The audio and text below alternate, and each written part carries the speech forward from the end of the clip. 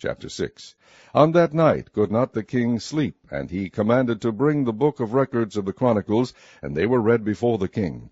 And it was found written that Mordecai had told of Bigthana and Teresh, two of the king's chamberlains, the keepers of the door, who sought to lay hand on the king Ahasuerus.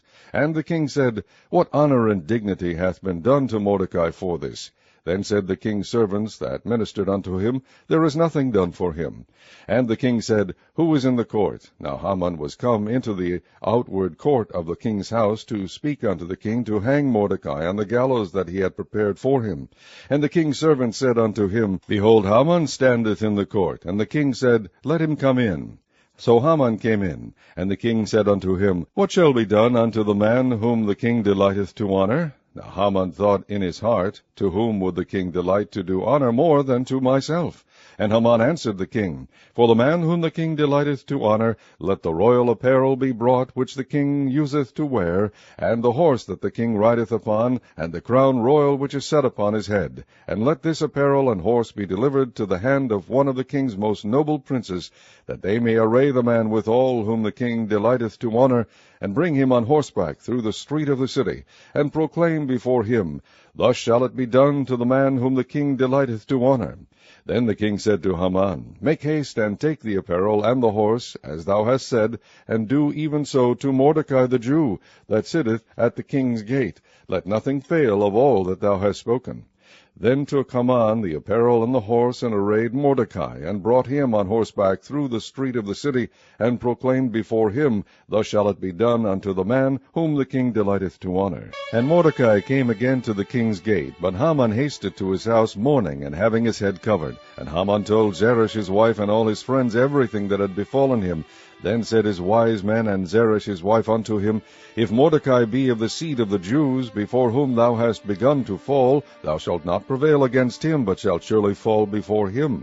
And while they were yet talking with him, came the king's chamberlains, and hasted to bring Haman unto the banquet that Esther had prepared. Chapter 7. So the king and Haman came to banquet with Esther the queen, and the king said again unto Esther on the second day at the banquet of wine, What is thy petition, Queen Esther? And it shall be granted thee. And what is thy request? And it shall be performed even to the half of the kingdom. Then Esther the queen answered and said, If I have found favor in thy sight, O king, and if it please the king, let my life be given me at my petition, and my people at my request. For we are sold, I and my people, to be destroyed, to be slain, and to perish. But if we had been sold for bondmen and bondwomen, I had held my tongue, although the enemy could not countervail the king's damage.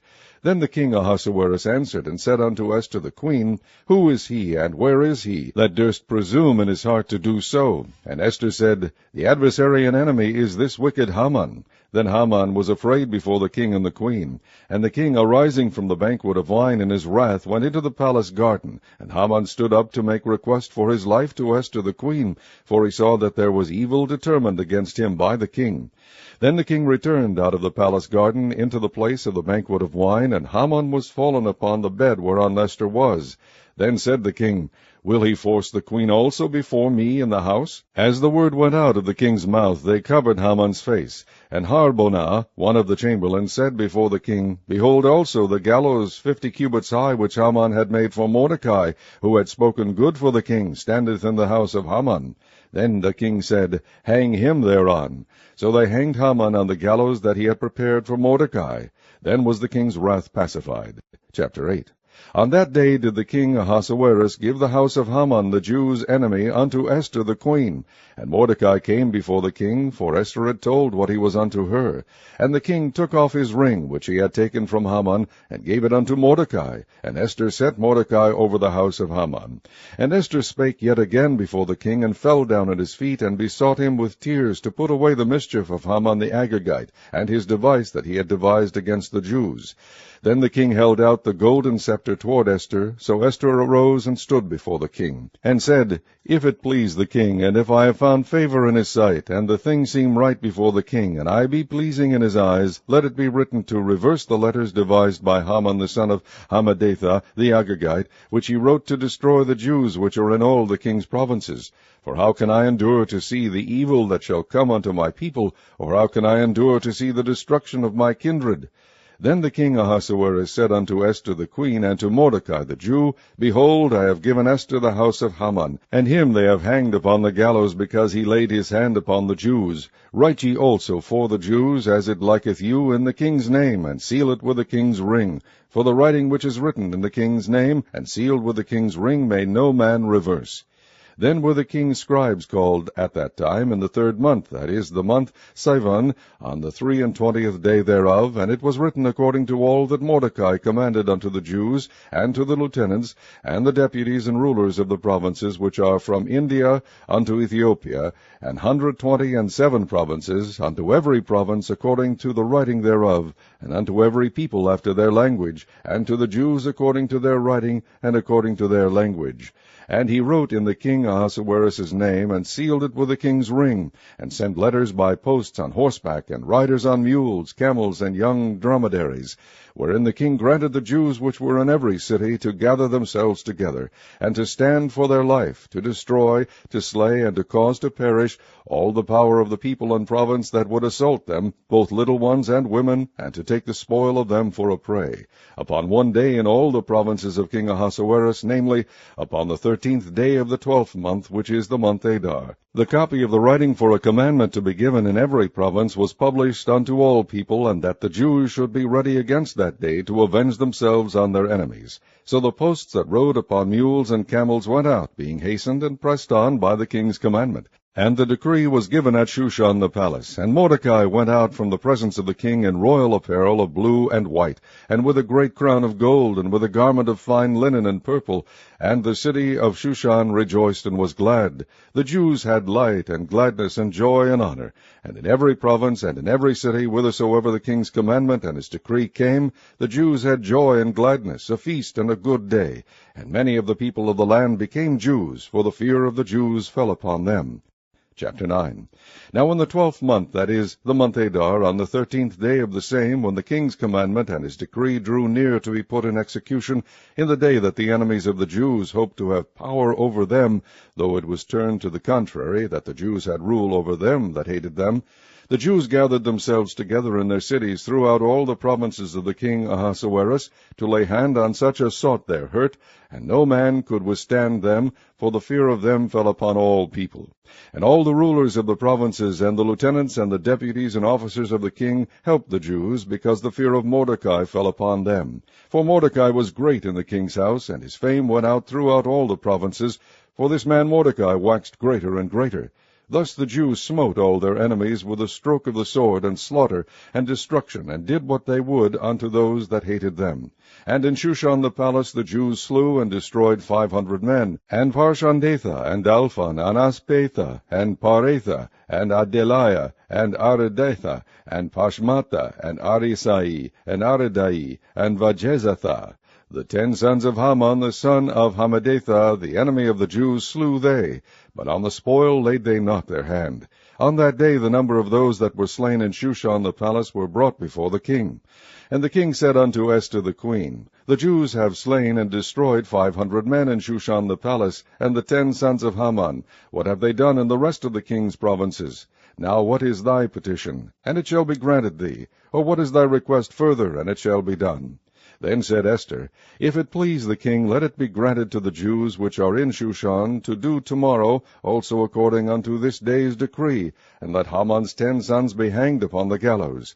And the king commanded it so to be done, and the decree was given at Shushan, and they hanged Haman's 10 sons. For the Jews that were in Shushan gathered themselves together on the 14th day also of the month Adar, and slew 300 men at Shushan, but on the prey they laid not their hand. But the other Jews that were in the king's provinces gathered themselves together, and stood for their lives, and had rest from their enemies, and slew of their foes 75,000, but they laid not their hands on the prey. On the 13th day of the month Adar, and on the 14th day of the same, rested they, and made it a day of feasting and gladness. But the Jews that were at Shushan assembled together on the 13th day thereof, and on the 14th thereof, and on the 15th day of the same they rested, and made it a day of feasting and gladness. Therefore the Jews of the villages that dwelt in the unwalled towns made the 14th day of the month Adar a day of gladness and feasting, and a good day, and of sending portions one to another.